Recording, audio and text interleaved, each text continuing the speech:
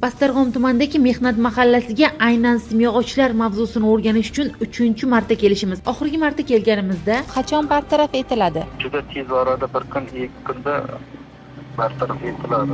deya va'da berilgan edi. Ammo 2025-yilning mart oyi kelgan bo'lsa hamki, ishlar oxirigacha bitkazilmagan. Hozir mana stolbag ko'ringlar, simni ko'ringlar. Qaranglar, hamma xohlagancha nima qilingan. Stolbamizni ko'chalarga kelyapti deydi. Bizlar ko'chamiz qolib ketdi.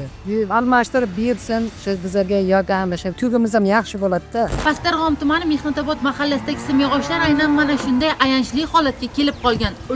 Ulab tikka qilingan. Xo'sh, bu qachongacha davom etadi? Almashtiriladimi o'zi?